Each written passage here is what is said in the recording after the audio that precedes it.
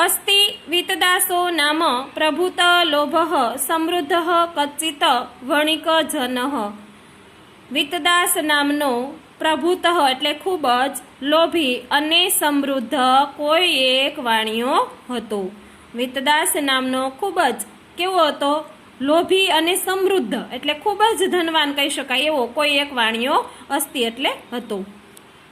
તસ્ય કુટનાથ ભીધ વૈશ્ય પ્રાતિવેશિક આસિત। તસ્ય એટલે તેમનો, કુટનાથ ભીધ એટલે કે કુટનાથ નામનો, વૈશ્ય એટલે વાણિયો, પ્રાતિવેશિક આસિત એટલે કે પાડોશી હતો। તેનો કુટનાથ નામનો એક વાણિયો પાડોશી હતો। એકદા કુટનાથેન ચિંતિતમ યદ અયમ વિતદાસઃ ધનિકઃ અપી લુબ્ધો વર્તતે। એકદા કુટનાથેન એટલે કે એકવાર કુટનાથ ચિંતિત થાય છે કે અથવા તો વિચારે છે કે યદ અયમ વિતદાસ કે આ વિતદાસ ધનિક અપી એટલે કે ધનવાન છે, અપી એટલે પણ, લુબ્ધો વર્તતે પણ લોભી છે। શું એકવાર કુટનાથ વિચારે છે કે આ વિતદાસ ધનિક છે પણ લોભી છે। અતઃ કેનાપી ઉપાયેન મયા અસો વચનીયઃ। અતઃ એટલે આનાથી, કેનાપી એટલે કોઈ પણ ઉપાયે મારે આને છેતરવો, આથી આને કોઈ પણ ઉપાયે મારે એને છેતરવો।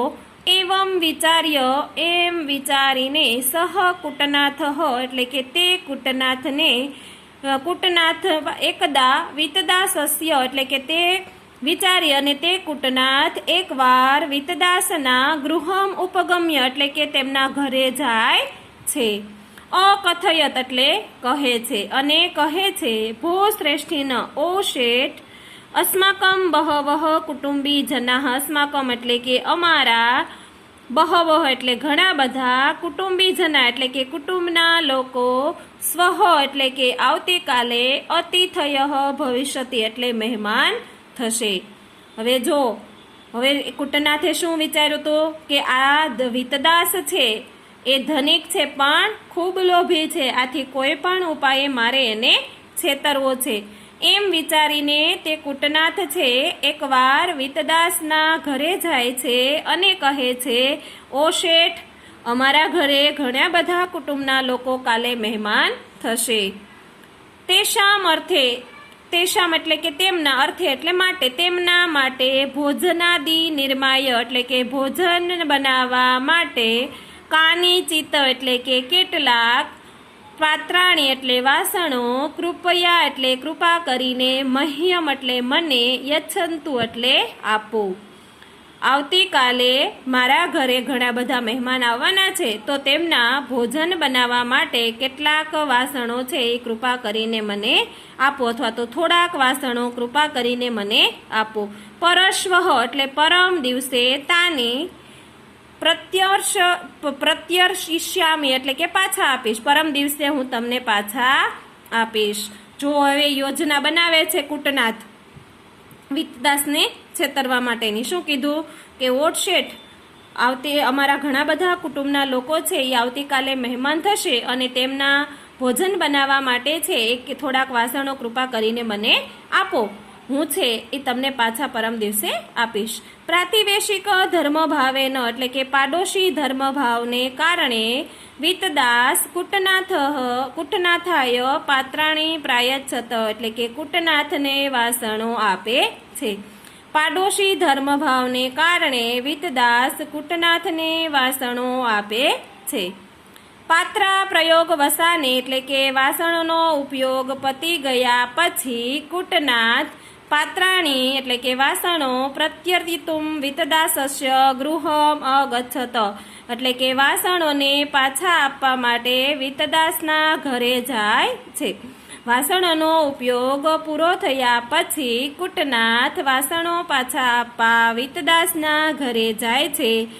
તે હે પાત્રે હે સહ એટલે કે તે વાસણોની સાથે, કુટનાથ એટલે કે કુટનાથ, અન્યાની કાનિચિત લઘુની નૂતનાની પાત્રાણી અપી તત્ર સ્થાપિતવાન, તે કેટલાક બીજા પણ લઘુની એટલે કે નાના નવા વાસણો પણ ત્યાં રાખે છે અથવા તો મૂકે છે.